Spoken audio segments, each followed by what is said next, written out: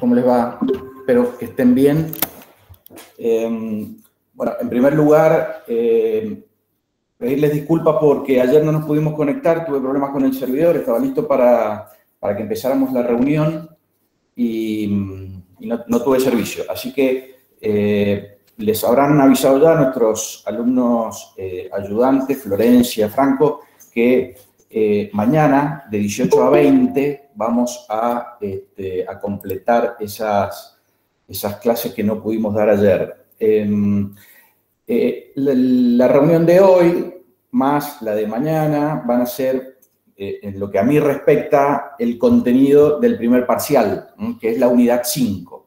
Fíjense que hemos subido el programa nuevo, la unidad 5 hemos eliminado uno de los puntos en relación al programa del año pasado, por lo tanto ahora tiene solamente 3 puntos. Toda la unidad 5 entra en el parcial de septiembre, del creo que 8 o 9 de septiembre, creo que el 8. Así que en este tiempo que nosotros vamos a tener, vamos a sobrevolar esos temas muy rápidamente, con lo cual no les va a alcanzar con solamente ver esta clase o reverla o verla 2 o 3 veces. Lo que les sugiero es, a partir de las consideraciones que hagamos acá, más la lectura y estudio de los textos que son parte de la bibliografía, ¿no?, de la materia, el libro de Villegas o el de Peche. Con eso van a tener un poco los elementos para estudiar para el primer parcial en la parte que me compete a mí, además de la de Molina. Y además de eso, sería bueno que, ahí voy con vos, que nos veamos también en los horarios de consulta, ¿no? Para que a partir de las dudas que les surjan podamos seguir charlando. Sí, Emil, sí. Disculpe, le quería hacer una consulta. ¿Usted no sabe o no tendrá por casualidad en PDF el manual de Peche porque no lo conseguimos? No lo tengo. De todas formas, el de Villegas, que es la bibliografía de hace 10 años o 15, que debe estar en todos lados, es suficiente, está bien, y esa tiene que estar disponible. Estaba en la facultad, y así que no se preocupen si no tienen ese otro libro. Este es más nuevo, en todo caso una recopilación, cita varios autores, entre ellos a Villegas, pero con Villegas está bien, y les diría que incluso es hasta un poquito más sintético. Pero no lo tengo. Bueno, no quiero perder más tiempo, porque es bastante acotado el tiempo que tenemos. Nosotros estuvimos charlando la otra clase acerca del derecho financiero y del derecho tributario. Hablamos de las distintas ramas del derecho tributario para que ustedes se ubicaran en el marco del programa. Esta unidad 5 ahora queda reducida a 3 puntos, y uno que es el derecho tributario, el poder tributario y los principios constitucionales de la tributación. El primer punto, que es lo que vamos a ver un poquito hoy, se refiere a la norma tributaria y algunos principios propios de la norma tributaria que pueden diferir de algunos otros vinculados a otras ramas del derecho. Y por eso nos interesa. El segundo y el tercer punto del programa es la parte del derecho constitucional tributario. La primera parte, el punto B, cuando habla de poder tributario, es de qué modo el Estado se organiza constitucionalmente para distribuir competencias o facultades entre los distintos estados para cobrar tributos, esto a instancias del carácter federal de nuestro país, ¿no? Municipios, provincias y nación. ¿Qué tributos cobra cada uno? ¿De qué forma? ¿Cuáles son los mecanismos que se prevén para evitar superposición impositiva? ¿Cómo se organiza el poder tributario en Argentina? Y el tercer punto, que son los principios constitucionales de la tributación, es este mismo fenómeno tributario en clave constitucional, pero desde la perspectiva del contribuyente. O sea, los derechos que el contribuyente como ciudadano tiene en materia tributaria frente a ese poder del Estado. El poder del Estado, o el Estado, en su afán de recaudar tributos para satisfacer necesidades públicas, puede extralimitarse puede ir incluso más allá de lo que la Constitución le permite, y entonces ahí el ciudadano tiene que conocer, y el abogado por supuesto, conocer cuáles son esos principios previstos en la Constitución que funcionan como un límite a la actividad del Estado. Dicho esto, arranquemos con ese primer punto de la norma tributaria sobre el que ya habíamos empezado a charlar la clase pasada. Si ustedes ven el programa, van a ver, como siempre nos dice el derecho tributario, noción. El derecho tributario es fundamentalmente el conjunto de principios y normas jurídicas que se refieren al fenómeno de la tributación, o que tienen al concepto tributo como núcleo, en todas sus facetas.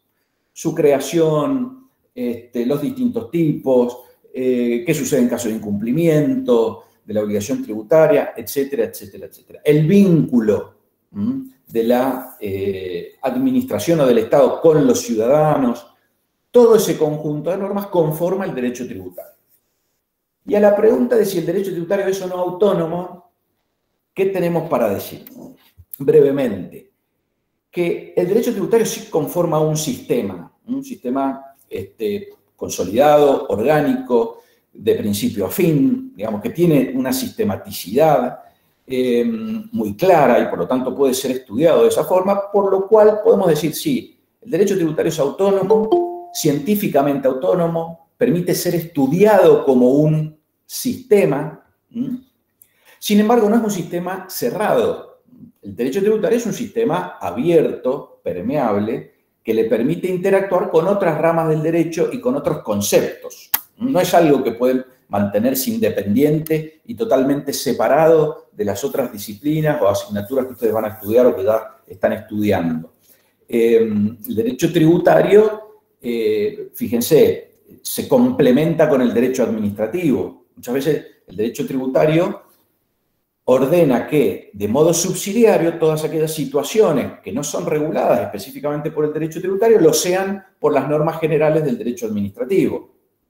El derecho constitucional, aparte de tener disposiciones estrictamente tributarias, tiene muchas otras que juegan con el derecho tributario.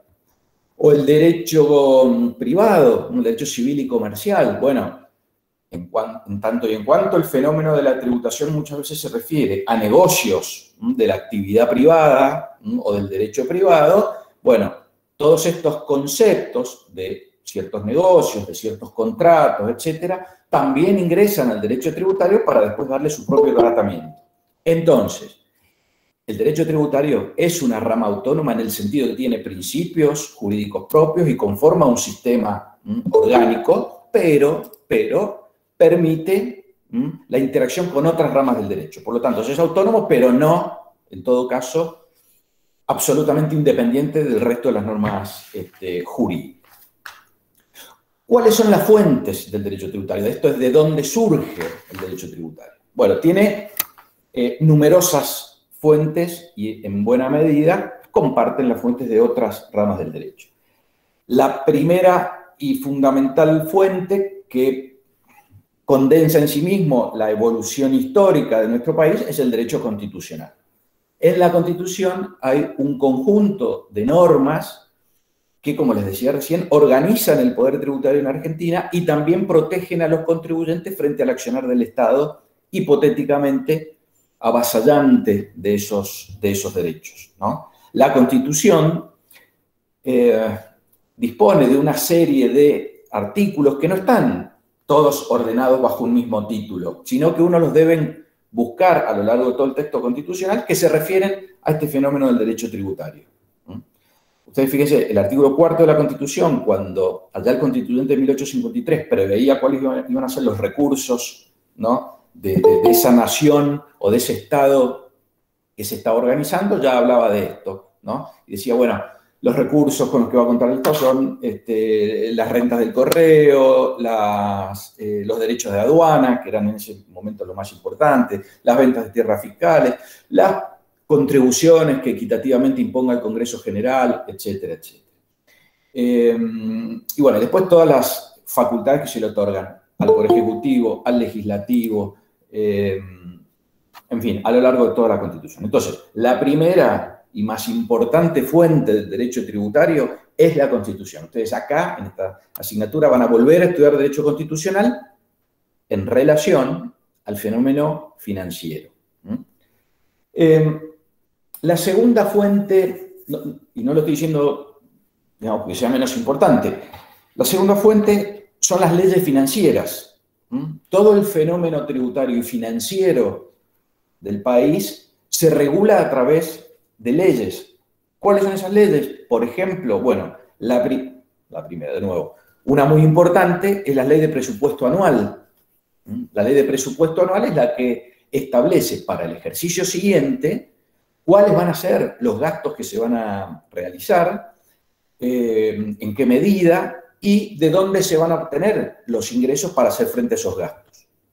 Ya se está trabajando en las jurisdicciones nacionales y en las provinciales para confeccionar el presupuesto del año que viene. En septiembre debería ser enviado para su estudio el presupuesto que se va a aplicar en el ejercicio siguiente. Otra ley financiera es la Ley de Administración Financiera del Estado, la Ley 24.156. Esa ley tiene disposiciones macro en materia tributaria, por supuesto muchas en materia financiera, deuda pública, gasto público, etcétera, etcétera. Otras leyes que son fuente del derecho tributario son, por ejemplo, muy importante en nuestro caso, la Ley de Procedimiento Tributario Nacional, la Ley 11.683. Grábenla, Ley 11.683 es la Ley de Procedimiento Tributario Nacional, es una especie de código fiscal, donde hay contenidas numerosas instituciones que nosotros vamos a ir estudiando a lo largo de la materia.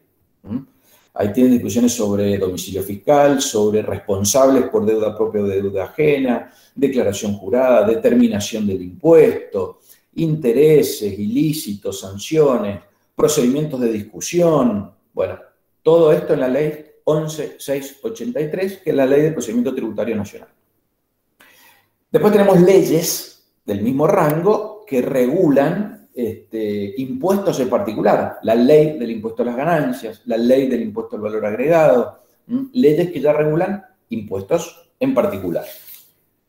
Estas leyes tributarias que estoy mencionando a nivel nacional tienen también su correlato a nivel provincial. Existe una ley de administración financiera del Estado provincial, Mendoza en este caso, leyes o códigos fiscales. Mendoza tiene un código fiscal que contiene toda la parte general del derecho tributario y la parte especial. La parte general, recuerdo y anudo con lo que hablábamos en la clase anterior, son todas aquellas disposiciones que se aplican luego a los distintos tributos que prevé la legislación local. Entonces, se regulan temas de obligación tributaria, de hecho imponible, de procedimientos de determinación, etc. Y luego los impuestos provinciales, impuestos a los ingresos brutos, impuesto inmobiliario, etcétera, etcétera. Entonces, el Código Fiscal de Mendoza contiene esta parte general del derecho tributario y la parte especial del derecho tributario. ¿Qué otra fuente del derecho tributario conocemos? Por ejemplo, los decretos leyes o los decretos de necesidad y urgencia, los decretos delegados, los decretos reglamentarios, los decretos en general. Los decretos en general son fuente también del derecho tributario. Ya vamos a ver en un ratito o mañana, cuando estudiemos uno de los principios constitucionales de la tributación, el principio de reserva de ley, cuál es la importancia de estos decretos en materia tributaria. ¿Qué puede hacer un decreto en materia tributaria y qué no? ¿Qué facultades se le otorgan al presidente en materia tributaria y cuáles no? Pero bueno, antes de analizar cada una de esas cosas, digamos que tenemos también a los decretos como fuente del derecho tributario, ¿no? Y esto, hagamos la salvedad y la nota de que luego vamos a analizar más en detalle cuándo pueden ser fuente del derecho tributario y cuándo no los decretos del Poder Ejecutivo. Por supuesto también que los tratados internacionales, en la medida que están incorporados a la Constitución, son fuente del derecho tributario. Y efectivamente es así.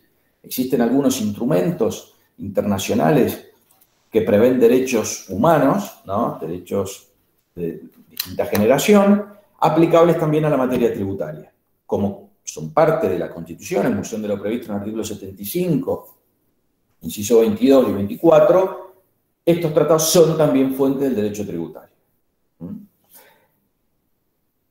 Una fuente de particular importancia en nuestra materia son las convenciones entre distintos estados. A nivel internacional, convenciones internacionales entre distintos estados miembros, ¿no? Hay algunos fenómenos que, para ser mejor abordados o incluso combatidos, deben serlo a escala global. Si ustedes piensan en el narcotráfico, o en el tráfico de sustancias, o distintas cuestiones financieras, especulación financiera, la forma más adecuada de regularlas es poniéndose los distintos estados de acuerdo en ciertos patrones o normas comunes. Por ejemplo, o el lavado de activos, por ejemplo. De nada serviría que la mayoría de los países se pusiesen de acuerdo en algunas normas para evitar el blanqueo de dinero o de activos, si muchas otras jurisdicciones quedan sin esa legislación y funcionen como guaridas, ¿no? O como lugares para. Entonces, ciertos fenómenos se atacan mejor de modo coordinado. Entonces, existen convenciones internacionales, a veces entre países, a veces multilaterales, ¿no? Que tienen que ver con la tributación. Si consideramos que ustedes cuando quieran me detienen y me hacen la pregunta que quieran. Yo voy un poquito rápido por necesidad, pero estoy dispuesto a que me hagan las preguntas que quieran. Si ustedes advierten que la actividad económica es, hoy más que nunca, internacionalizada, globalizada, y se puede trabajar en nuestro país, pero a la vez nuestro emprendimiento, nuestra idea, nuestra startup, nuestro proyecto puede aplicarse en distintos países. Bueno, si todos esos países quisieran someter a tributación ese negocio de la misma forma y de manera simultánea, se generaría, por ejemplo, una superposición impositiva a escala internacional que no es buena para el correcto desenvolvimiento de los negocios. Entonces, ¿qué se hace? Acuerdos entre los países para evitar esa doble o múltiple imposición. Eso ya también se va a ver mejor después. O también para evitar la evasión fiscal aprovechándose de las distintas jurisdicciones internacionales, ¿no? Hay distintos mecanismos de ingeniería que permiten, utilizando distintas bases territoriales, pagar menos tributos. Una empresa que tiene sustento en muchas jurisdicciones podría jugar con esas relocalizaciones para tratar de tributar menos en cada una de ellas, haciendo movimientos internos. Bueno, existen instrumentos también que están destinados a evitar esas prácticas nocivas en materia tributaria. Por eso, a nivel internacional, las convenciones internacionales son una fuente del derecho tributario. Pero también al interior de nuestro país, las convenciones internas son una fuente del derecho tributario. ¿Y a qué tipo de convenciones me refiero? Bueno, a las que suscriben las provincias entre sí y las provincias con la nación. Porque nosotros tenemos, como Estado federal que somos, un problema que es cómo se reparten los tributos entre las jurisdicciones. ¿Quién puede sancionar determinadas normas? ¿Quién recauda esos tributos? ¿Y quiénes cobran o se sirven de esos tributos? Teniendo en cuenta que hay 3 niveles de gobierno con sus distintas facultades: municipios, provincia, nación. Esto hace necesario establecer ciertos mecanismos de coordinación tributaria entre esas jurisdicciones. Ustedes imaginen, por ejemplo, no sepan que existen más de 2.000 municipios en el país, ¿no? Y que hay muchos negocios que tienen impacto en la mayoría de las provincias y de los lugares del país. Si no hay determinados sistemas que coordinen estas facultades impositivas de los diferentes niveles de gobierno, y lo que hay es una balcanización o un caos, podría ocurrir que las pretensiones impositivas de todas estas jurisdicciones sobre las mismas rentas harían inviables los negocios. Y si hacemos inviables los negocios, la generación y la circulación de riqueza, en definitiva y a la larga, se terminan cobrando menos tributos e igualmente se desfinancia el Estado. Entonces, internamente hay que organizar eso. Eso se hace a través de estas convenciones internas, que fueron las que originaron el sistema de coparticipación federal de impuestos, que luego fue incorporado por la Constitución Nacional. El sistema de coparticipación federal de impuestos, al que luego nos referiremos un poquito más en detalle, nació de esta forma, como una necesidad de evitar la doble o múltiple imposición entre los distintos estados que recaían sobre un mismo proceso económico. Entonces, de nuevo, otra fuente del derecho tributario, las convenciones internas o intrafederales, ¿no?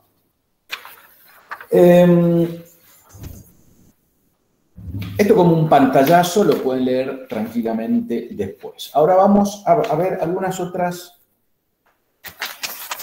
cuestiones vinculadas a la ley tributaria. A la ley tributaria. ¿Qué particularidades tiene? En relación a la vigencia de la ley tributaria, ¿desde cuándo rige la ley tributaria y hasta cuándo rige y a qué situaciones jurídicas se aplica y a cuáles no? En primer lugar, la ley tributaria argentina se aplica en el ámbito del territorio de la República Argentina, lo cual parece o es una obviedad. Sin embargo, los efectos jurídicos de la ley tributaria argentina pueden extralimitarse de las fronteras de nuestro país. ¿Qué quiero decir? La ley tributaria se aplicará por los tribunales argentinos en la República Argentina, pero puede incidir en cuestiones económicas que se desarrollan fuera de nuestro país. Ejemplo, ustedes tienen un emprendimiento en la provincia de Mendoza, se juntan con algunos amigos, deciden fabricar cerveza artesanal, generan una marca, les va muy bien y luego exportan eso o instalan esa misma fábrica con esa misma marca en Chile, porque entienden que les puede ir bien. Les va bien, se van a Perú, se van a Ecuador, etcétera, etcétera. Pero ustedes siguen viviendo acá. Bueno, la ley argentina, aplicable en nuestros tribunales, va a disponer que por las ganancias que ustedes obtengan en el país, van a tributar impuestos a las ganancias, pero también por las ganancias que obtengan en los países extranjeros. Entonces, aquellos fenómenos económicos que se desarrollan en otros lugares también van a ser alcanzados por la ley argentina. Entonces, en relación al lugar de aplicación de la ley, esto es lo que tenemos para decir. En cuanto al tiempo, ¿desde cuándo rige la ley tributaria y hasta cuándo lo hace? En principio, la ley rige a partir del momento en que la propia ley dice que rige.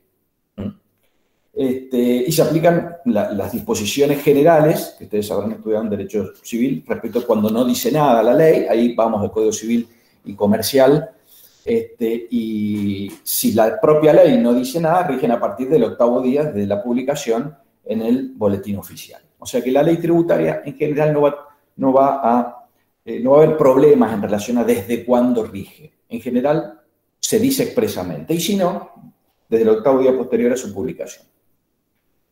¿Y hasta cuándo rige la ley tributaria? Bueno, en principio rige hasta que la propia ley lo indica. Hay leyes que son temporarias, que tienen una vigencia marcada. Hay leyes que disponen que determinados tributos solo van a regir en determinado ejercicio o año fiscal. Ustedes piensen, por ejemplo, en este último impuesto a las grandes fortunas, el denominado aporte solidario y extraordinario para morigerar los efectos de la pandemia, una ley que estableció su vigencia por el lapso de un año. O sea, este impuesto solo se iba a aplicar, o se va a aplicar hasta el momento, en relación a los bienes de ciertas personas en un ejercicio en particular y a una fecha en particular. Pero hay otras normas tributarias que no disponen fecha de finalización. En ese caso, bueno, se considera que rigen indeterminadamente hasta tanto sean derogadas, ¿no? Hasta acá nada muy novedoso o nada que ustedes no puedan saber o incluso intuir. El problema que tenemos en materia tributaria, y por eso es que nos detenemos acá, es que esta materia es bastante cambiante. La materia tributaria sufre de una mutación normativa muy grande. tanto a nivel legislativo como a nivel de normas inferiores, decretos y reglamentos, e incluso de resoluciones de los organismos administrativos. La AFIP o la ATM tienen una productividad normativa muy grande.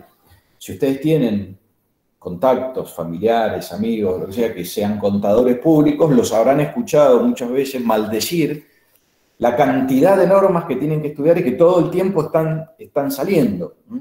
Esto es efectivamente así en materia tributaria. Pero esta sucesión normativa que se impone estudiar a quienes se dedican a esto, genera el siguiente problema. Los fenómenos económicos que son gravados o que tributan, muchas veces se miden en relación de un periodo de tiempo relativamente largo. Ejemplo, el impuesto a las ganancias es un impuesto anual. Se gravan las ganancias obtenidas en el ejercicio económico. Las personas físicas, las ganancias obtenidas en el año, entre el 1 de enero de un año y el 31 de diciembre del otro. Las personas jurídicas también las ganancias obtenidas en un año, pero en función de la fecha de cierre del balance, ese año puede computarse de diferentes formas. De marzo a abril del año que viene, de octubre a octubre, en fin. Podría ser de otro modo. Entonces, ¿qué ocurre? Y ocurre muchas veces, que durante todo este tiempo pueden haber modificaciones legislativas que tornen a la situación más gravosa para el contribuyente o menos gravosa para el contribuyente. ¿Qué norma aplicamos? ¿Desde cuándo rige una norma que resulta ser más gravosa para el contribuyente? Que aumenta, por ejemplo, la alícuota del impuesto, que la eleva del 20 al 25 en el medio de mi actividad económica. ¿Se aplica esa disposición? ¿No se aplica esa disposición?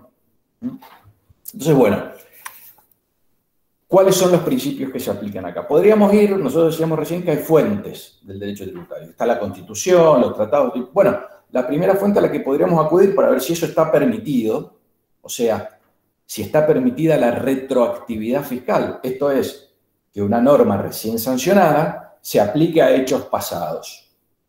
¿Está permitida esta retroactividad en materia tributaria? Entonces, bueno, hacemos el ejercicio. Vamos a las fuentes del derecho tributario. En la Constitución Nacional, ¿hay algo relativo a la imposibilidad de aplicar retroactivamente una norma a situaciones jurídicas del pasado? No, no tenemos disposiciones a nivel constitucional nacional. Ahora, a nivel constitucional provincial hay muchas jurisdicciones que han incluido el principio que proscribe la aplicación retroactiva de la ley en materia tributaria, ¿no? Las provincias que tienen un sistema o la posibilidad de modificar sus constituciones con mayor flexibilidad han incorporado en esos procesos de modificación algunos de estos principios. No es el caso de Mendoza, que tiene una constitución muy pétrea, poco proclive a sus modificaciones, ¿no? Entonces, nuestra constitución no lo prevé, nuestra constitución provincial. Entonces, analizada ya esta primera fuente constitucional donde no está este principio, bueno, hay normas tributarias que en términos generales señalen si una ley puede ser aplicada de manera retroactiva o no. Tampoco lo hay. En esta ley 11.683 que yo les decía, que es el Código Tributario Nacional, tampoco tenemos algo en ese sentido. ¿A qué acudimos entonces? A las normas propias del derecho privado y al Código Civil y Comercial y al principio que ustedes ya han estudiado del Código Civil y Comercial de la Nación, el artículo 7, que establece cómo se va a aplicar una ley, ¿no? Ese artículo un poco que va y viene, que nos obliga a un cierto análisis, que comienza diciendo, bueno, las nuevas leyes se aplicarán aún a las relaciones, y lo voy a leer textual, las leyes se aplican aún a las consecuencias de las relaciones y situaciones jurídicas existentes. O sea, en la medida que está transcurriendo una situación X y hay una modificación legislativa, esa ley se va a aplicar a esa situación jurídica existente. En el supuesto que yo les ponía recién, ¿no?, del impuesto a las ganancias, que involucra un periodo que va del 1 de enero al 31 de diciembre, Y supongamos que estamos hablando del periodo anterior, o sea, del año 2020. Ahora están venciendo y han vencido el plazo para presentar las declaraciones jurídicas. Perdón, me están preguntando qué artículo, el artículo 7 del Código Civil. Me perdí. En el ejemplo que les estaba dando, están ahora venciendo y han vencido las obligaciones para los contribuyentes individuales de presentar sus declaraciones juradas de impuesto a las ganancias por el ejercicio pasado, por el 2020.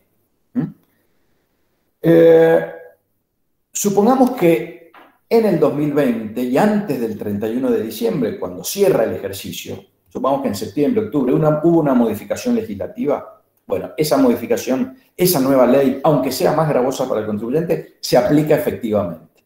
¿Por qué? Porque está contenido en esta primera parte del artículo 7, que dice que las nuevas leyes se aplicarán aún a las consecuencias de las relaciones y situaciones jurídicas existentes. Ahí no habría un mayor problema. Esto es lo que se denomina la retroactividad impropia, porque no es propiamente retroactividad, ¿no? ¿Por qué? Porque la situación jurídica todavía no ha terminado, está en pleno desarrollo. Entonces, esta retroactividad impropia está permitida por el Código Civil. Pero fíjense que después establece lo que sería el principio general. Dice, las leyes no tienen efecto retroactivo, sean o no de orden público, excepto disposición en contrario. O sea, en principio establece un axioma y dice, las leyes no tienen efecto retroactivo. Eso está bien como principio, porque las normas deben ser publicitadas y deben ser conocidas por los destinatarios, los ciudadanos, los contribuyentes, para que a partir de allí estos puedan ordenar su vida, ordenar sus negocios con un esquema normativo apropiado y conocido. En materia tributaria esto es mucho más importante aún, porque brinda seguridad jurídica y permite a los contribuyentes planificar su actividad. Un contribuyente que va a iniciar un proyecto, un emprendimiento que tiene sus costos, que debe saber cuánto va a ganar, cuánto le va a costar, cuántos costos laborales va a tener, cuándo le salen los insumos, si va a tener una rentabilidad. Bueno, el costo fiscal es muy importante, saber cuánto va a tener que tributar por esa actividad. Entonces es importante conocer las normas antes de eso y que no se las cambien en el medio del tránsito. Entonces es deseable que las normas se apliquen a futuro. El deber ser, que ustedes han visto en Introducción al Derecho. Lo que ocurre es que no siempre ocurre así. Y esto lo admite el propio Código Civil cuando dice que no tienen efecto retroactivo, salvo discusión en contrario.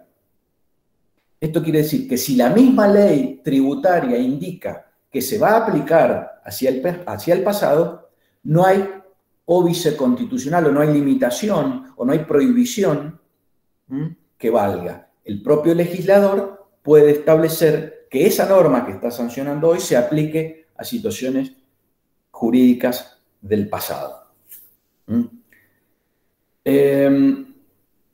Ahora bien, esto no parece muy lógico, ¿no? Porque se estarían medituando con criterios y normas de hoy situaciones jurídicas anteriores. Entonces, el mismo artículo le coloca un límite a esta posibilidad de aplicación retroactiva de la ley. Dice, ¿hasta dónde se puede llegar con esta retroactividad? Y dice que la retroactividad establecida por la ley no puede afectar derechos amparados por garantías constitucionales. O sea, el legislador puede disponer que se aplique retroactivamente la ley siempre y cuando no se afecten derechos constitucionales. Y en materia tributaria, ¿cuándo ocurre esto? ¿Cuándo ocurre y cuándo no? Por lo tanto, ¿cuándo tenemos una ley que puede ser inconstitucional por violar este principio y cuándo no? Volvamos al ejemplo. 1 de enero a 31 de diciembre de 2020. Si tenemos una modificación en el curso del 2020, podemos decir que hay una retroactividad impropia y por lo tanto es válida esa modificación. ¿Qué pasa si la modificación se produce después del 31 de diciembre del 2020? En febrero, marzo, abril, cuando ese ejercicio ya terminó. Porque el vencimiento para presentar la declaración jurada es 5 o 6 meses después de ese cierre. Entonces podrían haber ahí también algunas modificaciones legislativas. ¿Se aplican o no se aplican? Supongamos que del 1 de enero del 2020 al 31 de diciembre el impuesto a las ganancias tuvo una alícuota máxima del 35%, que es lo que ocurre. Pero que luego, en abril del 2021, el legislador dice, miren, la alícuota no va a ser del 35, sino del 45. Y se va a aplicar también al ejercicio 2020. El ciudadano, el contribuyente, ya hizo sus cálculos, desarrolló su actividad. Eso podría, de alguna manera, generarle un perjuicio muy grande. ¿Es válida esa norma o no es válida a la luz del artículo que nosotros hemos leído? Lo que nos dice ese artículo es, mire, esa retroactividad va a ser válida si no afecta a un derecho constitucional. Como siempre que hay este tipo de disputas y necesidad de advertir si existe o no una violación de la Constitución, quienes deben decirlo son los jueces del Poder Judicial. Estos conflictos se resuelven en otro poder distinto. Fíjense, el Poder Legislativo podría disponer una norma con efectos retroactivos, el Poder Ejecutivo reglamentarla, aplicarla, intentar recaudar ese tributo. Tenemos en el sistema republicano otro poder que es el encargado de velar por la Constitución y verificar que estos poderes no se extralimiten. Bueno, ¿qué han dicho los jueces en materia de aplicación retroactiva de la ley tributaria? Que el contribuyente va a incorporar como un derecho dentro del derecho de propiedad, un derecho a que no se le modifique las normas o que no se modifique su situación tributaria en desmedro de él mismo, que no se le perjudique, siempre y cuando el contribuyente haya declarado y pagado el tributo conforme la ley anterior antes de la modificación legislativa. En otras palabras, si el contribuyente declaró, o sea, presentó su declaración jurada, exteriorizó frente al fisco su situación, al amparo de la ley anterior, más beneficiosa, y pagó el impuesto al amparo de la ley anterior, más beneficiosa, la ley posterior no lo puede afectar. ¿Por qué? Porque se estaría violando una garantía propia, una garantía constitucional. ¿Cuál es? El derecho de propiedad. Se considera que hay un derecho a que no se le modifique la situación patrimonial por una ley posterior.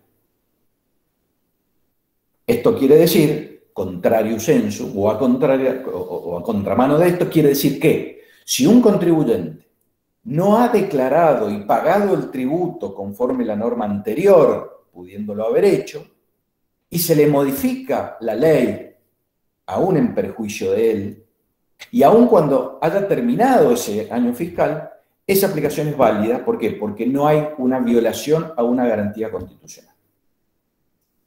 Este principio se denomina, y ha sido denominado por la Corte como del efecto liberatorio del pago.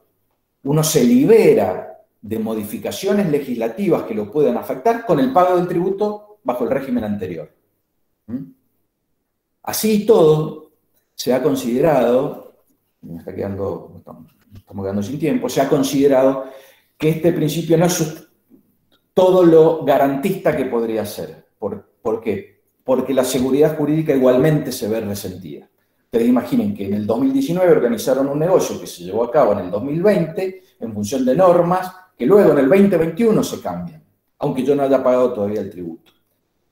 Parece como que hay una violación a la seguridad, a la previsibilidad que se le debe otorgar al ciudadano. Sin embargo, la Corte el límite lo ha puesto ¿dónde? En el pago, en el efecto liberatorio del pago. Si el contribuyente declaró y pagó con la ley anterior, no se le puede modificar. Si no lo hizo, es como que la situación la deja abierta o permeable a modificaciones legislativas.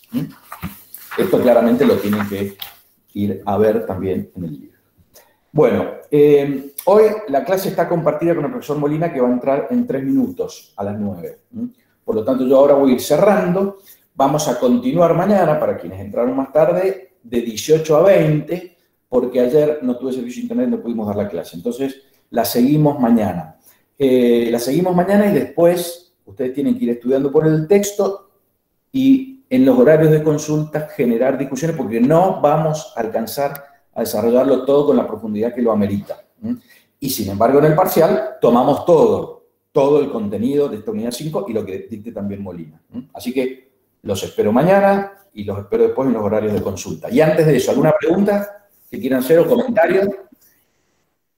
Sí, profe. Sí, El otro día le planteamos al profesor Molina que el sí. parcial es el 8 y las mesas de ahora de agosto a septiembre son hasta el 8.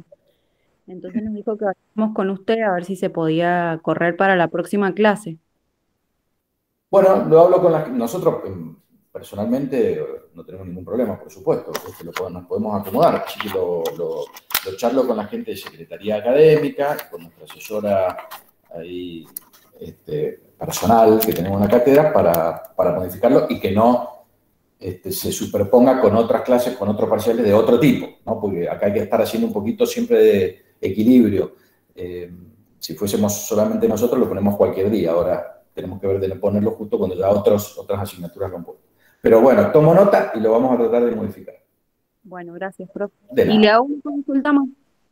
En el aula, la unidad 5 no está, digamos, como activada. No sé si nos irá a subir alguna guía o algo después, o solo estudiamos del libro. No, el texto del libro. Yo no suelo subir guías como PowerPoint, eso, muchas veces se limitan a eso. Pero sí, bueno, si hubiera algo nuevo, distinto, y tampoco le quiero agregar material, digamos, adicional al texto base, ¿no? Porque, bueno, para tratar de que tengan un acceso amable a la materia al principio. Entonces, darles algo acotadito. En ese sentido, el texto de Villegas es lo que tienen que estudiar, ¿no? Gracias, profe. Profe, le Sí. hago una pregunta. ¿Podría decirme qué capítulo del libro de Villegas es? Porque los primeros 5 capítulos o 4 son de las primeras unidades y no estaría encontrando el Mira, de la unidad no sé si 5. tenés el manual de finanzas o el curso de Derecho Tributario. Ese tengo, el curso de finanzas. Es fácil, yo ahora no te lo puedo decir, pero digamos, agarra el programa, fíjate los temas y puntealos con el índice del curso, digamos, buscalos. A veces, digamos, no es que estén solo en un capítulo, todos juntos, pero puedes tenerlos algunos en uno y otros en otro, pero bueno, te va a servir como ejercicio también para entender este esquema de la parte general, de la parte especial. Los tenés juntados, programa e índice, y buscarlos y armarlo ahí. Yo no lo tengo, si no Bueno, te podría decir página 50 a 100 porque no está así. Bueno, los dejo para que el profesor Molina pueda continuar con ustedes, ¿ok? Federico, buenos días a todos. ¿Estás ahí, Raúl? Deberías cortar tu grabación. Así iniciamos otra y las vamos a ubicar después en lugares diferentes de Perfecto. página virtual. Bueno, perfecto. Buen día a todos. Le hago el pase televisivo al profesor Molina y cierro grabación y nos vemos mañana. Que anden bien. Gracias, Federico. gracias. Ahí detuve la grabación, ¿ok? Dale, ya voy a empezar yo a iniciar la nueva.